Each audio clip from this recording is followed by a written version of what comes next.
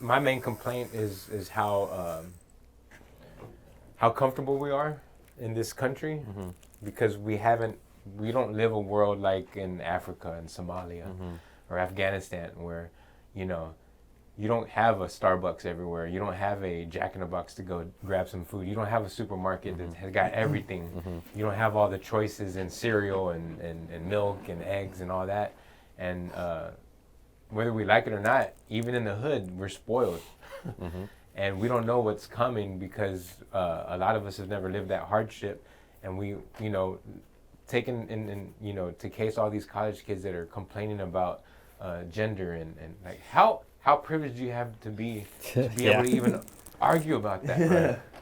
How peaceful of a country. The other countries, they don't tolerate it. It ain't even a subject of conversation. They don't tolerate There's no it, man. room for There's no even question that you would question that. Right, right. So I had this dude that worked for me here, and it was crazy because he was actually part of like this big board or government over in Africa, right? So every year he had to go back, and they had this big meeting and stuff like that. Okay. So he said over in Africa, if somebody found out you were homosexual, or if you spoke out about the government, they would literally come and swipe you out at night, and you would be gone. You would disappear.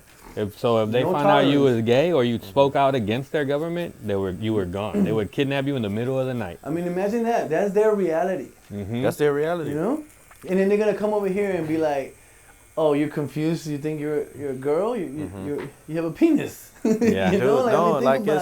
It's man. So I've been out, like I mentioned earlier. Like I've lived out of the country. I lived in the Caribbean, man, for 3 years. And like, man, just to see the differences, like we're talking about, like with that, and some of the differences as far as convenience. Like, dude, it's some of the stuff over there is like so weird. Like we would go under like water advisories, right? Like, but it's not like a water advisory like where the quality of the water, it's at a certain time you won't have water. So like they would turn the water on from like 8 to 12, right? And then you can do what you need to do. The water will go off and it will come back on again at 5. Yeah. And it'll be on from like 5 to 8. After 8 o'clock, dude, you're not getting any water. Or no matter what you do, no matter what you do, no matter what you do, what you say, you're not getting any water. Or with the power, their power company was 6 generators that powered the whole island. So what island is this? St. Kitts, St. Christopher and Nevis. Okay. Yeah, so like if that was a diesel like container ship that would come and deliver the diesel for these generators. If they didn't come, guess what, man?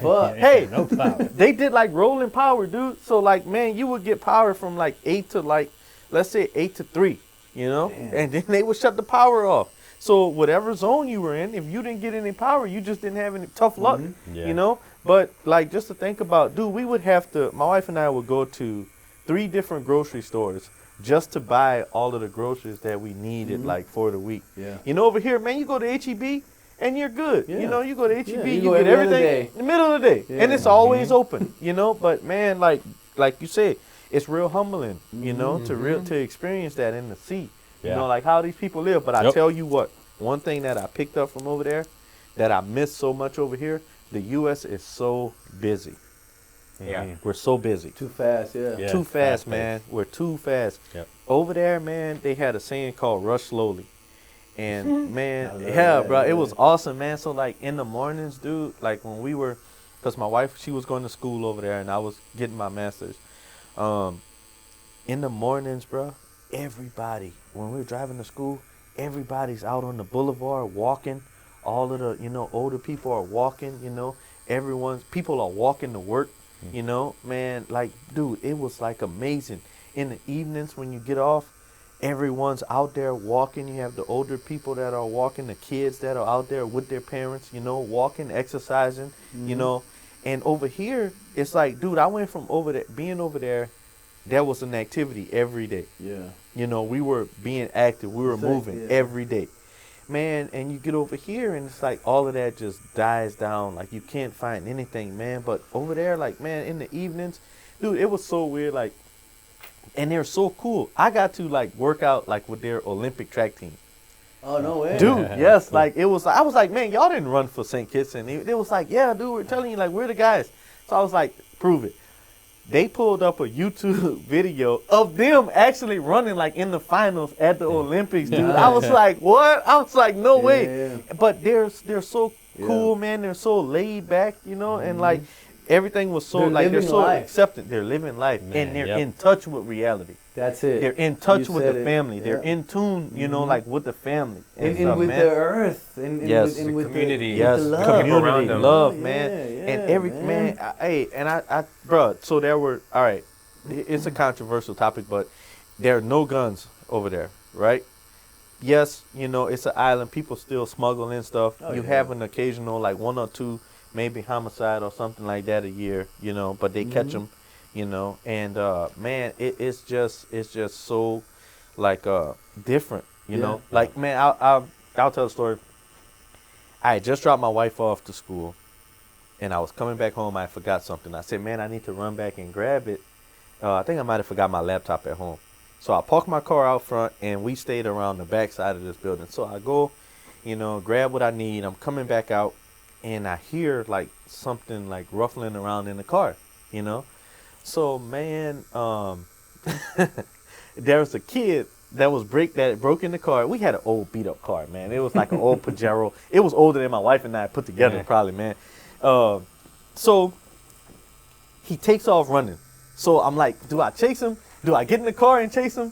So I'm like back and forth, you know. So I hop in the car, man. So I'm going after this kid, and we had some little change. He stole my hairbrush and like some little change or something in there, but I was like, man, you know, I immediately, like, I wanted to chase him. So I'm driving and I lose him.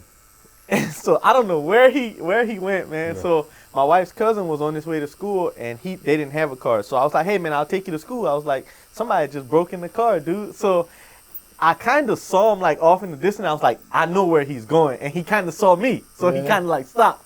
And so I bring my wife's cousin to school and I was like, I know where he's going. So, man, I drop him off and I zoom back.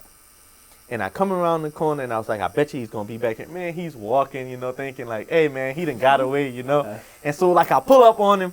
And so he takes off running. Man, now this kid, he's got to be about maybe 13, you know, 13, 14 years old.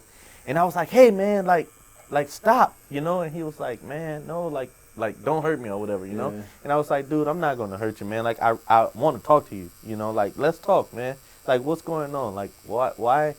Because, like, there's a lot of, like, poverty over there, you know. And I was like, dude, like, what's going on? You know, like, let's talk. And I sat there and I talked to him, man. I was like, everything. I actually gave him the rest of the change and stuff that was in the thing. I was like, here, man. Like, I don't know. He might have needed it way more, you know. I don't know what this, you know. But one thing I regret was not bringing him home. I should have, you know, took him in the car and brought him home.